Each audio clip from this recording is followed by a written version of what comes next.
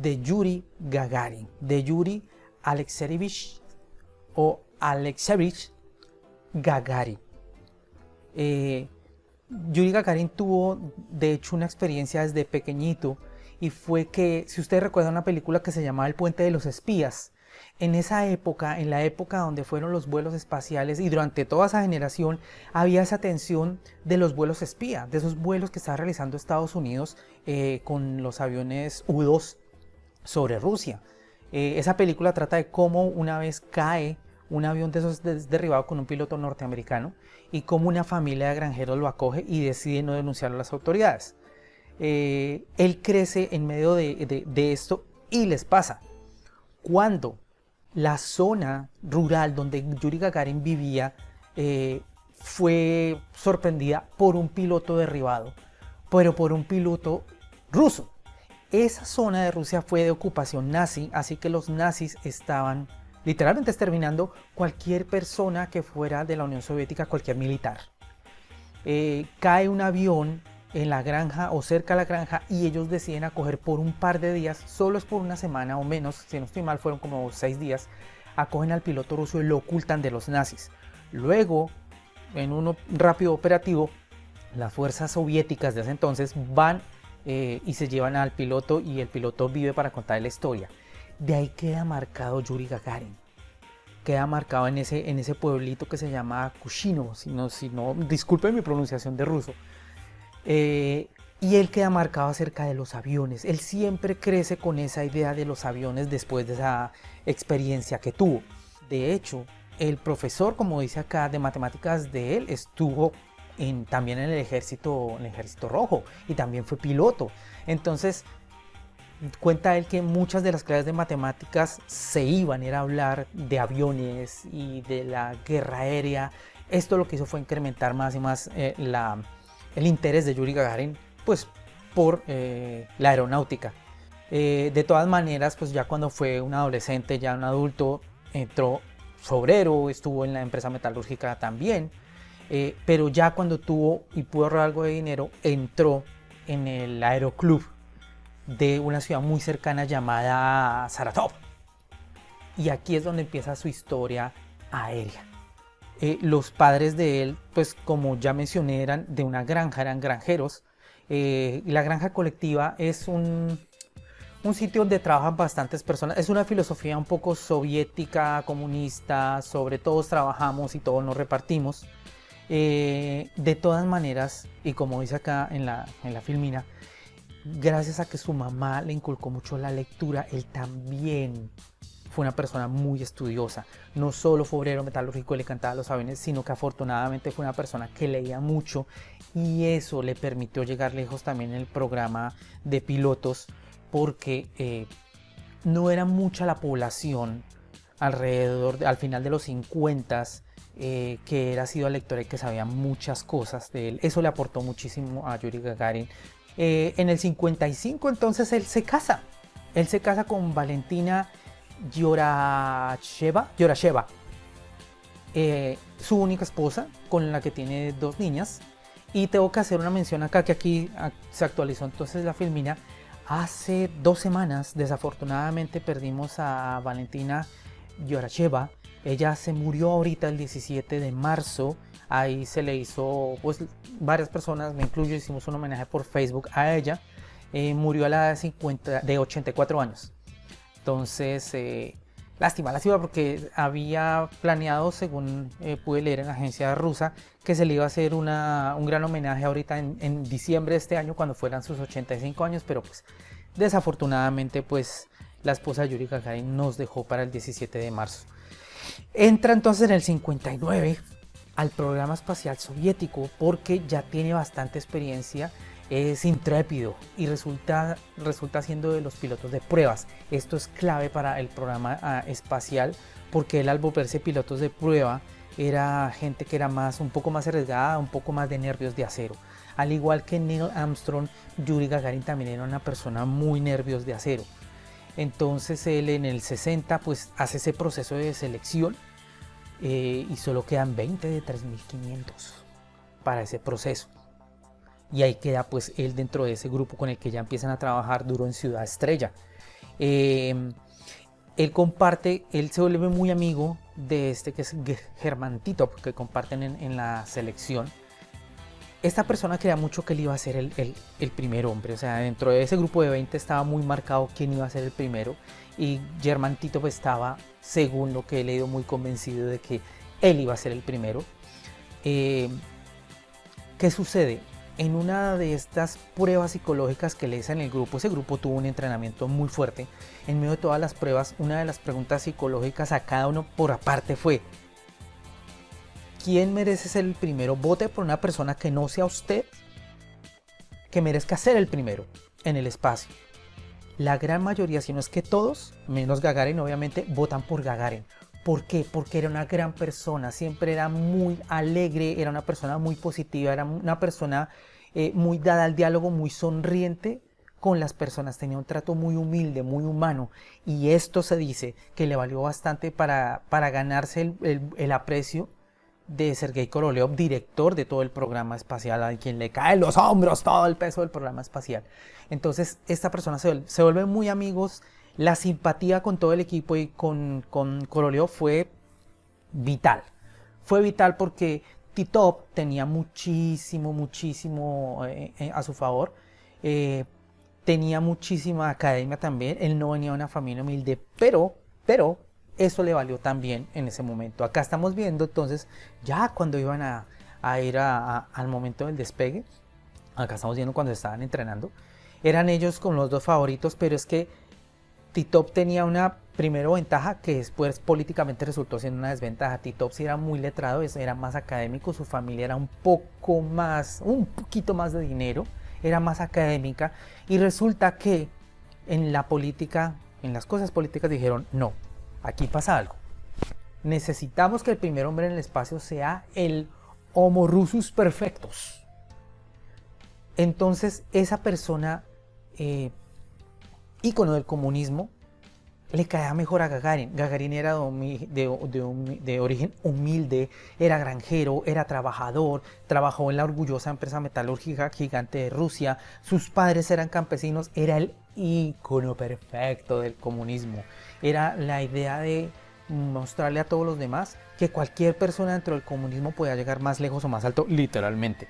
Entonces a la final definen que es él. Noticia que le cae como anillo al dedo a Korolev, porque Korolev se la llevaba muy bien con él. Esto no lo tomó muy bien Titov, la verdad, porque él estaba con la idea de que él iba a ser el primero. Bueno, y Titov de todas maneras era el de respaldo. Viajó con él en el bus, se quedó con él en esa pequeña casita antes del despegue. Él era la persona que hasta el último momento podía reemplazar a Gagarin si algo fallaba. Si algo fallaba. Afortunadamente no fallaron cosas importantes, sí hubo fallos, sí hubo algunos pequeños fallos. Esta es una gran frase que dice Yuri Gagarin, que la están viendo en este momento: queridos amigos conocidos y desconocidos, mis queridos compatriotas y toda la humanidad, en los próximos y breves minutos, posiblemente una nave espacial, posiblemente, me lleve al distante espacio exterior del universo. ¿Qué puedo deciros? Durante estos últimos minutos, antes de empezar, toda mi vida se aparece ante mí, y en este único y hermoso momento todo lo que he hecho y vivido ha sido para esto. Él siempre soñó con eso desde niño. Linda y hermosa frase, pero entre ellos mismos decían que las posibilidades de sobrevivir eran 50%. Era un cálculo no muy estricto que hacían los cosmonautas entre ellos, pero teniendo la tecnología, en cuenta la tecnología que ellos tenían y lo que vieron en las pruebas, ellos decían que la posibilidad de un buen vuelo y de regresar vivos era solo del 50%, eso es muy bajito. Bueno, despega Yuri Gagarin por fin, era un miércoles 12 de febrero del 61. Esta era Vostok 3K porque ya se habían usado otras Vostok antes. Las Vostok K, 1K, 2K se usaron para diferentes animales. Les recuerdo, por ejemplo, que estamos en el aniversario dentro de poco de Strelka y Belka, las dos perritas, los dos primeros seres vivos que regresaron con vida de un viaje espacial. Se usó en las Vostok 1K. Y se va a conmemorar los 60 años. Bueno, también había 12 ratones, había algunas moscas, pero el protagonismo se lo llevan Strelka y Belka, que este año cumple 60 años esa misión. Despega entonces, en ese momento le pusieron el nombre de Tyuratam. Ustedes van a encontrar siempre que despegó el cosmódromo de Baikonur. Fue una jugada para que el gobierno soviético despistara un poco la inteligencia norteamericana, porque Baikonur era un pueblo que estaba más lejos, mucho más retirado. Entonces, si se llegaba a estallar la Guerra Fría que ya existía, entonces la idea era que el ejército norteamericano bombardeara al pobre pueblo de Baikonur, que estaba a suficiente distancia del cosmódromo de Tyuriatam. Lo que pasa es que con el tiempo se volvió muy famoso el nombre Baikonur, cogió fuerza en todos los medios internacionales y a la final ellos decidieron dejarle Baikonur también cuando ya se calmó un poquito la Guerra Fría. Pero podemos decir que Yuri Gagarin despegó del cosmódromo de Tyuriatam, hoy llamado Baikonur. Ya entonces, este viaje, aquí hay algo que tengo que corregir, que yo también caí en este mismo error. El vuelo dura 106 minutos, no 108. En muchos libros hay ciertas cosas que se han repetido y que no son ciertas como esta. Son solo 2 minutos, pero bueno. Otro dato así para finalizar, hablar del vuelo. Yuri Gagarin tenía comida para 10 días. 10 días. ¿10 días por qué? Si el vuelo solo fue una vuelta a la Tierra, 1 hora y media, 90 minutos. 106 minutos, ¿cómo así que 10 días? Muchas cosas estaban en prueba, aunque ya ese cohete había volado, aunque ya Vostok 1 y 2K habían volado. De todas maneras, para tener seguridad de que la mecánica orbital no le fuera a fallar los cálculos o el cohete, y de pronto el cohete posicionara en una órbita muy alta a Gagarin, su cápsula espacial tenía 10 días de alimentos.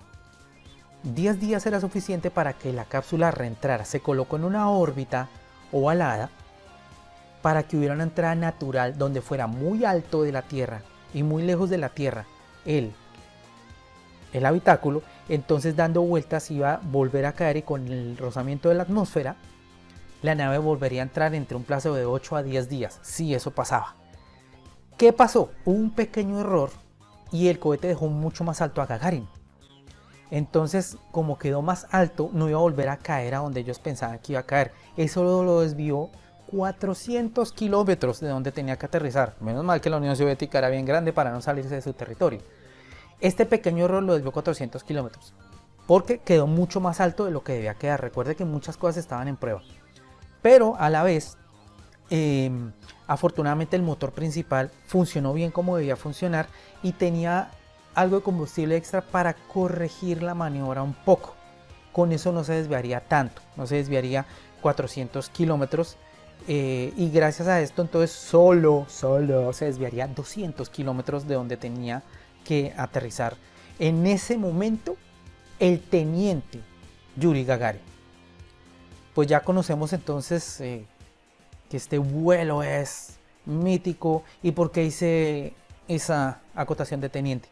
Porque cuando él va a aterrizar, en el momento en que toca tierra, él aterriza como mayor. Ese es el ascenso más rápido de la historia. Despega como teniente, aterriza como el mayor Gagarin.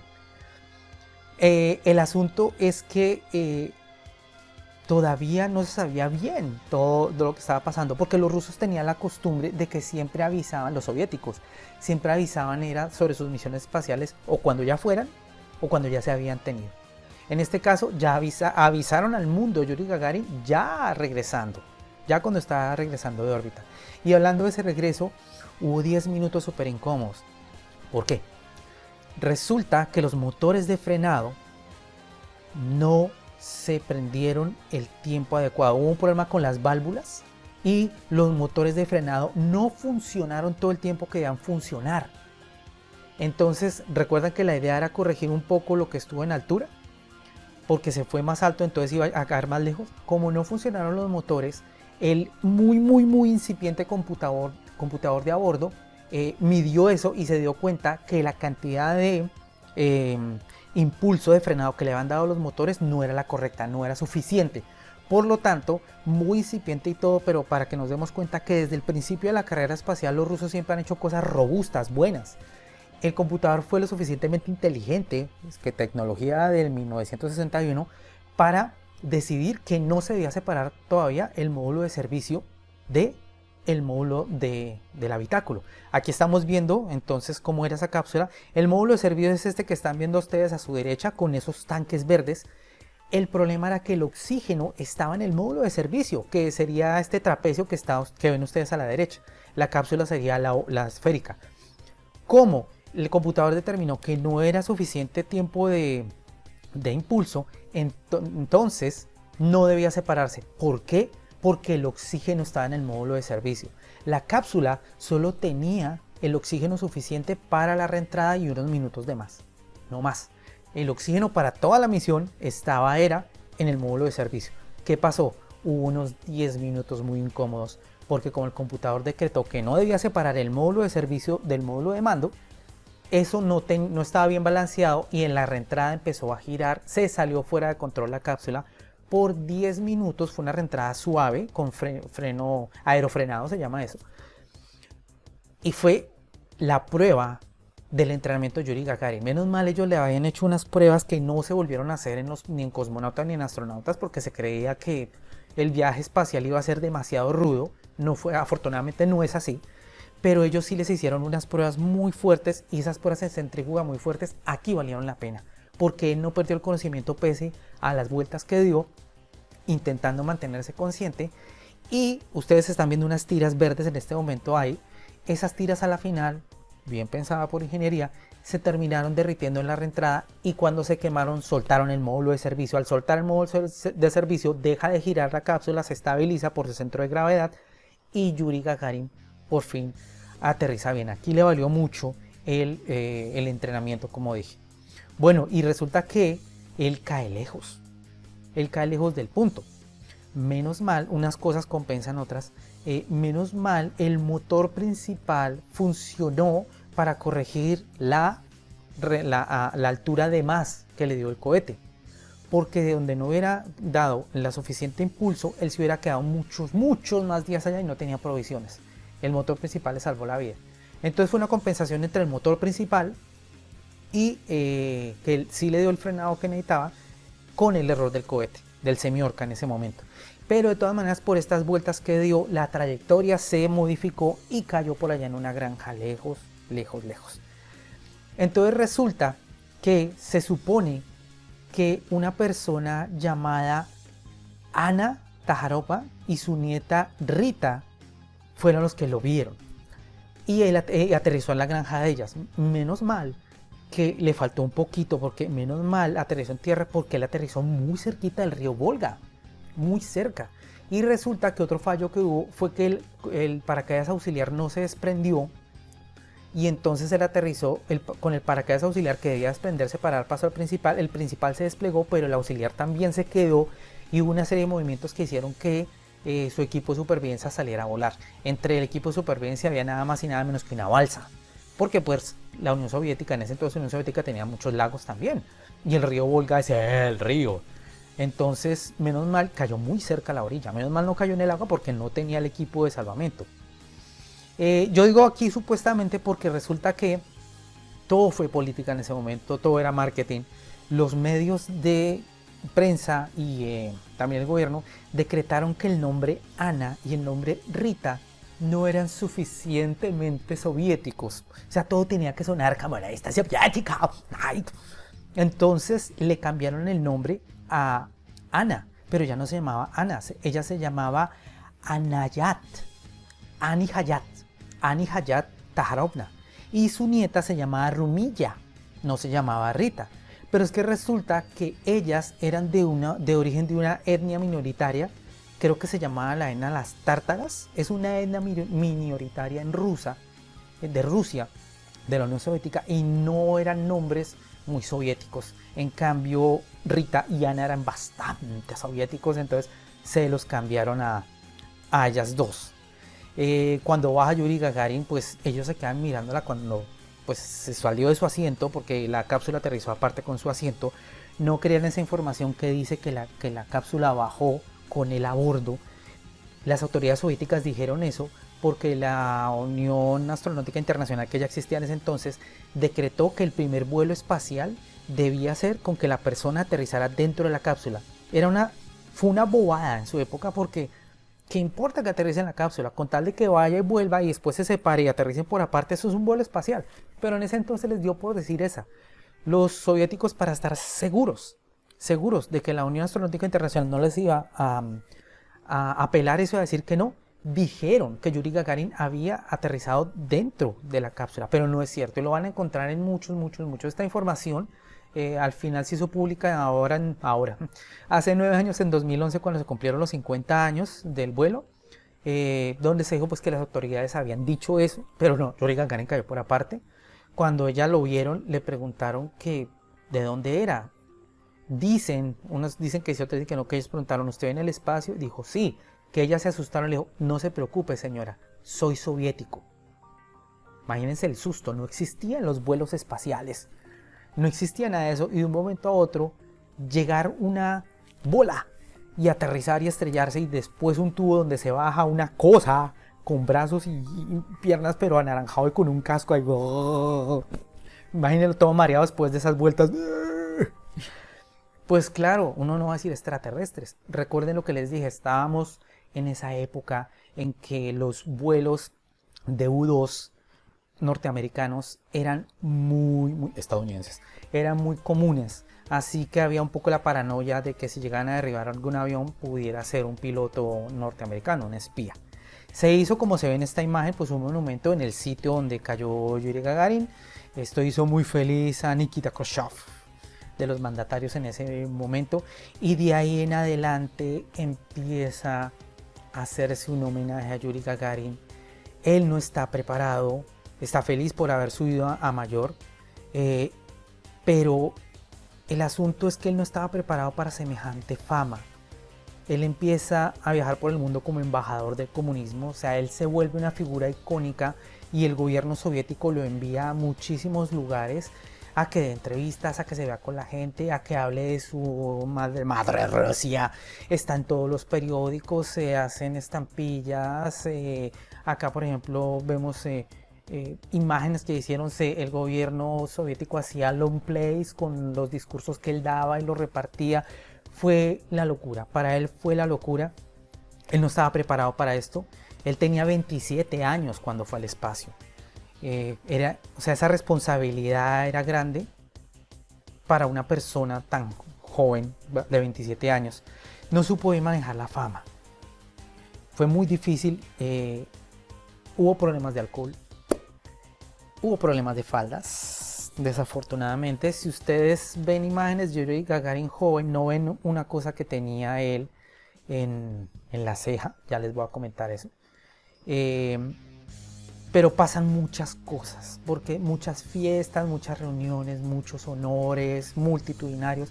Él no estaba como muy preparado para eso. No era como los pilotos del Mercury en ese momento. Los pilotos del Mercury antes de volar ya eran famosísimos, ya más o menos se van a lidiar la fama, y eran personas mayores que Yuri Gagarin, porque en Estados Unidos se le dio prioridad a la experiencia, a muchas horas de vuelo. Entonces los astronautas eran mayores. La Unión Soviética le dio prioridad al estado físico y a la juventud, a la salud, de que estuvieran en perfecto estado. Acá una filmina muy icónica, pues con el otro representante, el comandante Fidel, el otro representante del comunismo en Occidente. La revista Time también lo coloca aquí, con quien nada más y nada menos que el Che Guevara recibe todos los trofeos que usted crea, estampillas, afiches, monumentos. No solo está el monumento que está en Rusia, monumentos en otros lados. Hasta plazas de toros, cuando estuvo en España fue la locura, multitudes que lo quieren recibir. Eso afectó bastante a su vida personal. Y acá en esta filmina, acá está su familia, acá en esta filmina desen cuenta lo cachetoncito que está el hombre. Después de tanto cóctel, de tanta cosa, de tanta fiesta, el hombre ya estaba chonchito.